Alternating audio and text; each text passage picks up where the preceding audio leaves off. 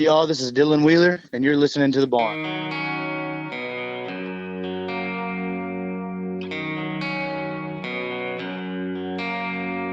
Rolled out of bed from a headache, handful of pills and some coffee to wash it away. And I saw the shit was all gone. She left a few words in a text there on my phone and said, all I am is all I'll be, just a broke-ass kid beating on his guitar. Hi, and welcome to The Barn, live from the Barn Studios. You got the Mox here, and we have a special guest online with us right now, Mr. Broke-Ass Kid himself, Dylan Wheeler. How are you, Dylan? Man, I'm doing good. Just hanging out at the house. Yes, sir. A house in Texas, right? Yes, sir. So are you still in Edgewood, or do you live somewhere else now? I actually live right up the road in Canton. Okay. I've got property in Edgewood, but I'm staying here for the time being. Yeah, and I'm guessing you spend a lot of time in Texas, although these days, and especially 2023, it looks like you're going to be on the road quite a bit. Yes, sir, man. I've been gone out of Texas just as I've been home, just as much as I've been home this year, honestly. So we are real excited. You're coming to our neck of the woods. Saturday, May 27th. Doors are at 6:30. Shows at 7:30. Golden Eagle Entertainment, the camp at Lake Wappapello. We're excited to have you in town. Yes, sir. I'm excited to be there, man. This will be our first full band show in a while. We've kind of taken a little break for a little bit, so we're excited to all get back out there and start at it again. And I haven't had the chance to see a show of yours yet. What can the fans expect? What can the camp at Lake Wappapello expect? Man, we're definitely heavily rock influenced, so a lot of loud guitars, a lot of loud singing, and just a high energy good time, man. You can't go wrong there. Genres I don't care about genres, music's music Yes, to sir. me. I listen to anything and everything like most people that I know do, but there definitely seems to be more of a rock influence on some country music. Country is the new rock in a way. But from what I've seen that you do, it definitely seems like a rock show, a high-energy rock show. Yes, sir.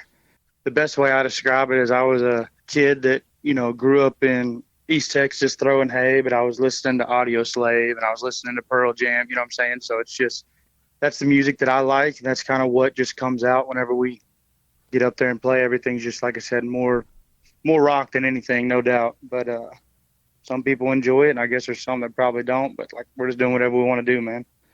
I did see on your bio that you mentioned that some of your vocal influences were Chris Cornell, obviously with Soundgarden, Eddie Vedder with Pearl Jam, and Layne Staley, one of my favorite vocalists. Yes, sir. That guy's yeah, absolutely, man. I've actually got a bird dog named Staley after Layne Staley.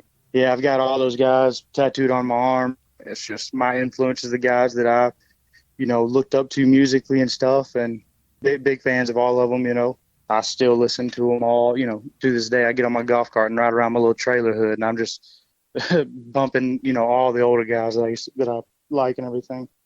Where did those influences come from? Did you grow up with a musical family or around people that listen to music? And really, my dad, he was the one that kind of got me into music as a kid, a love for it. That's all we listened to was just old rock. At the time, it wasn't old rock. At the time, it was just rock, because I was born in 94, so that's all that, the more grungy alternative stuff. But then there was even older rock that we listened to. But yeah, I would definitely have to give that to my dad.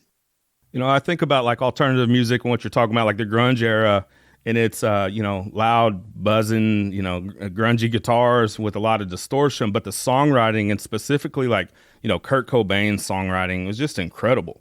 You strip all that noise away, and even like Alice in Chains, you strip all that stuff away that kind of covers up some of the songwriting, and it's just well-crafted songs. Yeah, I agree totally, man. Actually, some of my favorite stuff to watch is like their old, the old MTV Unplugged, like all of their stuff, and then just whoever, those older rock guys, anything that they did acoustic, I love watching that. Yeah, same. That Alice in Chains Unplugged, I could play that I listen to that every day. It's my favorite Unplugged. Absolutely, for sure. I think it should be everybody's. We're just talking a lot about Alice in Chains right now. Yeah, right.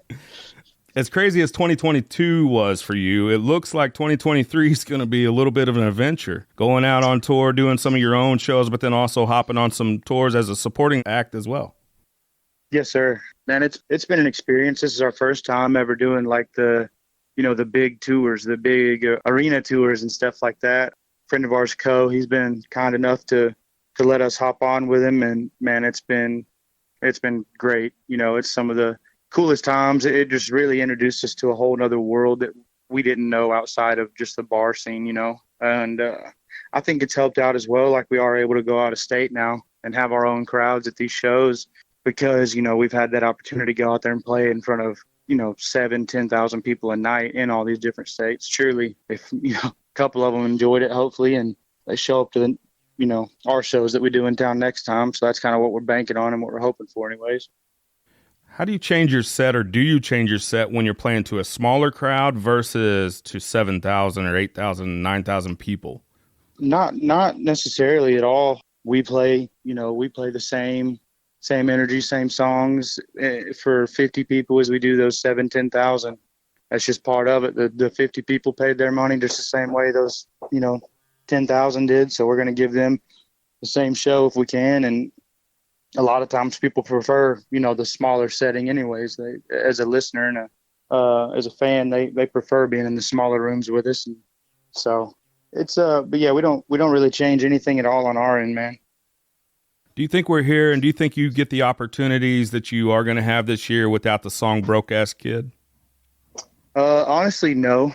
That one, I won't lie at all. That song's done a lot for me, my family, my band, who's also family. That one definitely changed our life, and it was just so weird. It was a song I wrote in 30, 45 minutes on my buddy Cade's back porch one night, just sitting there hanging out, wrote the song, and then I took the little bit of money that I had, went to the studio and recorded it, put it out, never really thought about it much. And next thing I know, it was just taking off, and, venues, bars are calling, and we got to go play shows now. So that song's still to this day just steadily growing. I know it's a few years old, but it's still growing and still doing stuff for us. And that's something that I will always be appreciative of that song for that.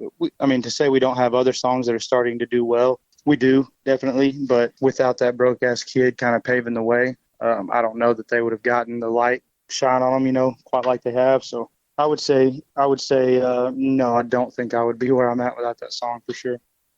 What is that process like of something that you wrote on your buddy's back porch to now seeing? I know on Spotify it has over 22 million streams, and that doesn't include Apple and YouTube and all these other places where you can get music.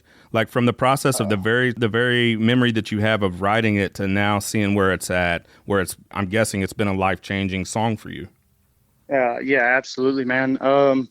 It's been weird. A while back, I actually was digging through my old voice memos and old notes, and I found the voice memo from when I first thought of the song Broke Ass Kid. And I sang it completely different, but I was sitting there just, singing it into my phone and just looking at that to where it is now. And people literally have the artwork tattooed on them and everything. And it's just so wild to think that song, I guess, has resonated with so many people that they would do that. And it was just me, some just punk ass sitting on his porch, or his buddy's porch, writing a song to what it is now. It's just wild, man.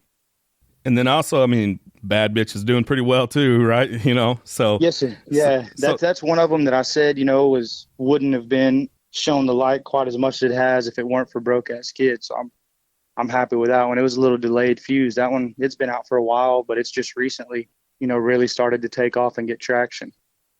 And I think you kind of see that with a lot of careers, is you have the one that sort of kicks down the doors to a wider audience, I guess, or fan base.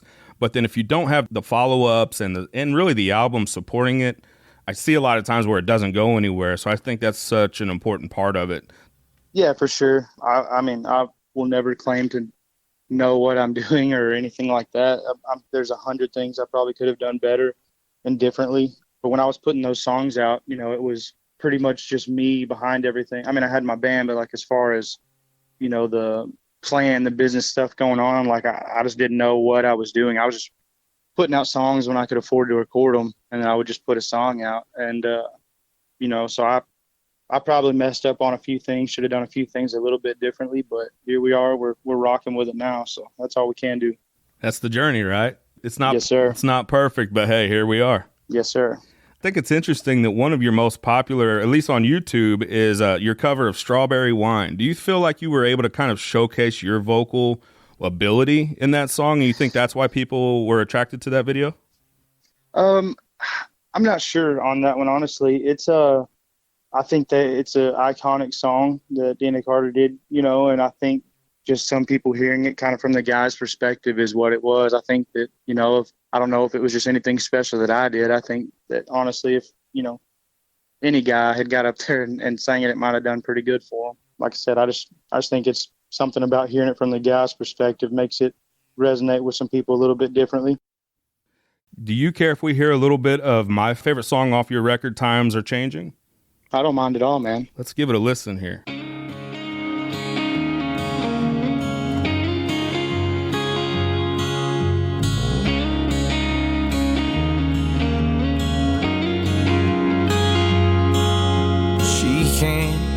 Stay off the phone long enough to even know what we're talking about.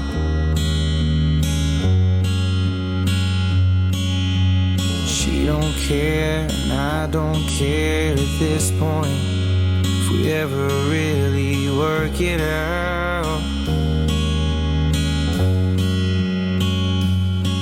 The picture that she's painted in her mind between the two of us is all fucked up and probably colored outside the lines. Real life is overrated. We take love and try to frame it. Perfect life. Tell us about Shines Through. Yeah, man, that's a song that I wrote with a couple buddies of mine, one actually being my producer, Philip Mosley. The other one, Matt James, who was the lead singer of the rock band Blacktop Mojo. I don't remember who had the idea for it exactly. A lot of times when we start songs, it'll be just a line or two, and that's what starts it.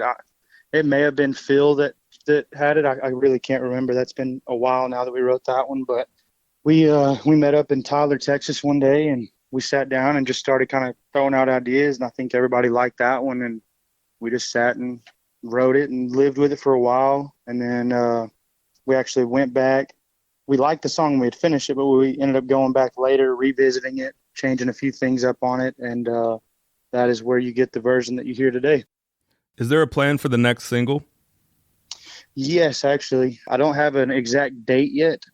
I was actually talking to management about that yesterday and doing a little bit of it today as well. But I can say we will have another song out within the next 2 months. I think I can safely say that. Great. We're digging the album, man. Times Are Changing. Can't wait to see you when you come into town. You're actually you're playing St. Louis, Missouri, Chesterfield, Missouri in September as well with Colby Cooper and Pecos and the Rooftops. Yes, sir. Yeah, I'm excited for that one. I think that's going to be a good one. And we cannot wait for May 27th, Saturday, May 27th, doors at 6:30 by Golden Eagle Entertainment, the camp at Lake Wappapello. You and some other supporting acts that are great. We're excited to have you in town, man. We can't wait. I appreciate it, man. Can't wait to get up there. All right, brother. We'll talk soon, okay? Yes, sir. Thank you, man. Thank you.